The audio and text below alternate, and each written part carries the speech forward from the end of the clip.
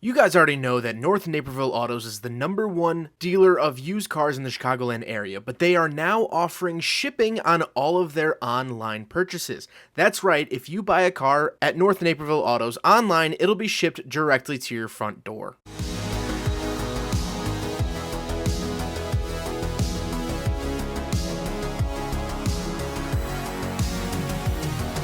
Alright, what's up guys? My name is Zach, and today I am driving a 2013 Scion FR-S.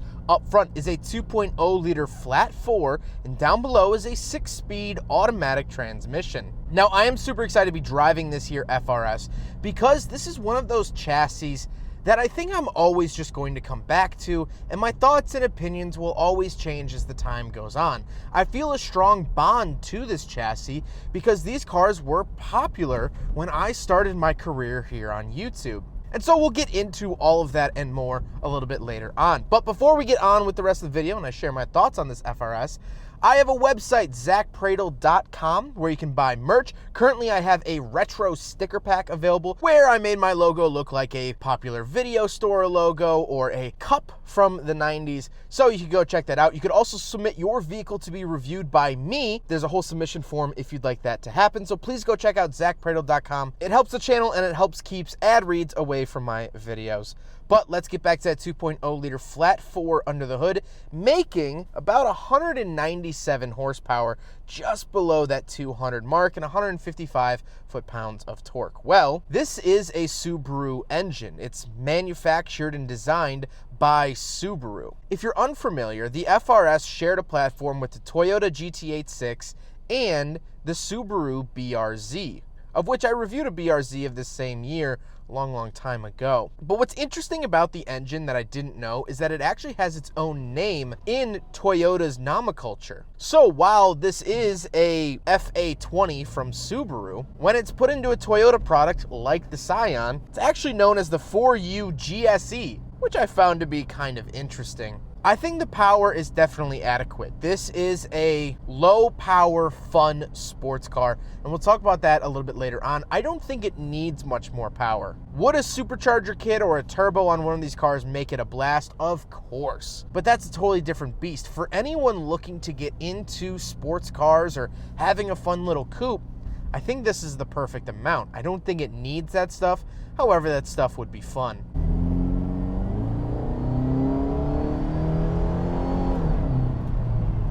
It's not fast, but it handles very, very well. The steering is very direct. The size of the car, I love it. It feels more like an exoskeleton than a full vehicle. And I love that feeling, especially on a twisty back road. We'll talk more about that towards the end. Like I said, paired to it is a 6-speed automatic, and this is actually my first automatic of this chassis that I've driven. It's a pretty standard Toyota transmission. It's used in like the Toyota Crown, as well as the 2005 to 2011 Lexus IS chassis, if you're familiar with those vehicles. I think it's a little bit lazy, especially here for a sports car, but if you're someone that has never owned a coupe or a sporty vehicle, I don't think it's that much of a difference.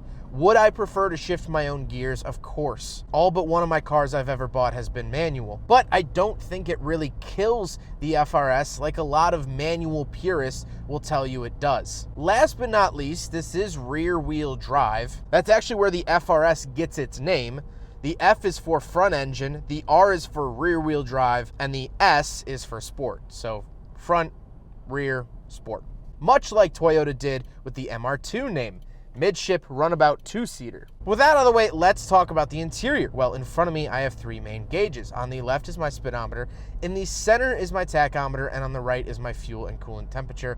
I love the center-mounted tachometer. I think that's so important for a sports car. Sports cars without center-mounted tachometers just feel like they're missing something, and I really like that. Front and center, love that. On the steering wheel, I don't have any front-facing buttons, but I do have paddle shifters around the back for that automatic transmission, and I do get the Scion logo, which is nice to see. Moving off to the left, I have my trunk release and gauge dimmer switches, and on the door, I do have my power mirrors, power locks, and power windows. They're definitely angled very much towards the driver. This reminds me a lot of the Toyota Supra. Moving into the center, I have 2 climate control vents and the very typical Scion Pioneer head unit for the radio. This was put into the XB and the XD and the IA, a bunch of other Scion products for the time. It's an actual genuine Pioneer unit, and it does feature Bluetooth, which is very, very nice, but definitely looks like something out of the 2000s. Down below that, I have a digital clock and the hazard switch, and then I have my climate controls. Again, nothing too crazy or to write home about with these. However, I love the clickiness of the fan speed. I love the feeling of that dial. I think the location and temperature knobs could benefit from that clickiness. Then I have a little cubby and my aux and USB in. And then we come to the shifter. What irks me about the shifter is that they did put leather over it to kind of make it look like a manual shifter. It's not. And it is the very traditional Toyota shifter. I call it the jigsaw shifter, which this leather kind of gets in the way. A little bit annoying there. Then down below the shifter, I have a couple drive settings. So I have traction control off. I have my sport and snow mode, and then my VSC sport mode. So the VSC sport mode does obviously put it into sport, but it also does cancel the traction control. So if you want sport mode, you're gonna be left to your own devices. Good luck. Not that you have a crazy amount of power to get away with. Then I have a little dead panel or switch. Not sure what this would have been for. If you do know, please leave it in the comments. Then we do have cup holders. So we will do a big friggin' bottle test here in the FR-S. And as suspected, it's a tiny little sports car, so the big friggin' bottle doesn't quite fit. However, you can move those cup holders around a little bit, which is very nice to accommodate more storage options. Now we gotta talk about the seats. The seats are a little slim. Now, I'm a big guy. I struggle to fit in a lot of sporty seats. I recognize that. And so this is about on the edge of what I would consider comfortable. So if you're a normal sized human being, I think you would enjoy these seats a lot. They have high bolsters on the side. They're very sporty and sport oriented, which is very, very nice. We do have back seats. I'm not going to shove myself into the back seats. I've done that before, and you could check out my other GT86 videos for that. They are very, very tiny. Do not anticipate using these for anything older than a 5-year-old, or really for much of anything. Put your backpack back there after class, put your gym bag back there, but I beg you to not put a human back there. However, we do have a trunk, so let's hop out and go take a look at that. All right, so we're on the back of the Scion FR-S. I popped the trunk from inside, bring it up like this, and honestly, it has a really shallow loading floor. However, you can pull it up, and you do get a spare tire, which is very, very nice, and some tools to go along with that. It goes decently deep, but not terribly deep. It's a sports car. You're gonna live with this amount of space. It's not a terrible amount of space.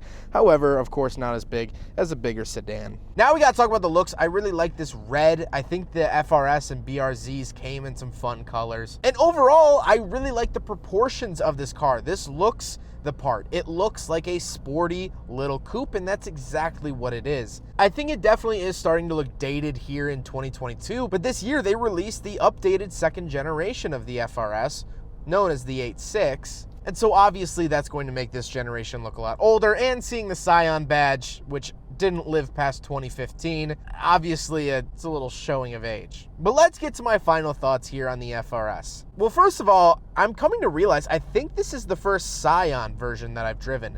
I've done 2 Toyotas, a TRD and Hakone edition, and I've done the BRZ way back in the day. So what do I feel about this car? I love it. I really, truly, thoroughly love this car. The reason for it is because it's so simple in an era of such complexity. 4-cylinder up front, 2 seats in the middle, and a differential at the back.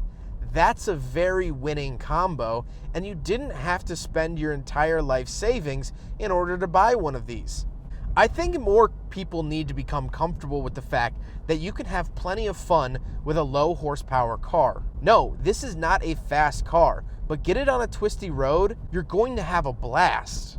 For a person that doesn't have to worry about a family, these are great. I told my girlfriend that if we didn't have plans to go on these month-long vacations via car, I would probably own one of these. I'm not kidding. I would own an FR-S or a BRZ or Toyota GT86. I really think that these are fantastic, and I think these are modern classics in the making. I think 10, 20 years from now, these will sort of take over what happened with the S chassis of 240SXs. They're easily modifiable, they're fun to drive, they're low horsepower, so you can strap a supercharger to it if you want, slap a turbo to it if you want, engine swap it if you want. It's a great platform to jump off on. This car is a blank canvas. You can make it kind of whatever you want. If you wake up in the morning and drink a Boss coffee from Japan and want to hit the Toge Pass, you can do it in an FR-S. If you wake up in the morning and eat a fresh box of crayons, you can make it into a stance car, slam it to the ground, put giant obnoxious wheels on it and bozoku pipes. If you wake up at 4 p.m. after Twitch streaming all night and you just want a fun little car to go out and do about your business, you can do that here in the FR-S. It can be whatever you want it to be, and it's a very, very good platform. It's very fun to drive, and honestly, from the modern era, I can't really think of a better platform, at least an affordable one, at least one you don't need to mortgage your house for. I love the FR-S, I love the FR-S chassis, and you know what? I'll stick by that statement. It's the best platform to come out of the 2010s. I do love a good ND Miata, but I think looking back, this will reign king.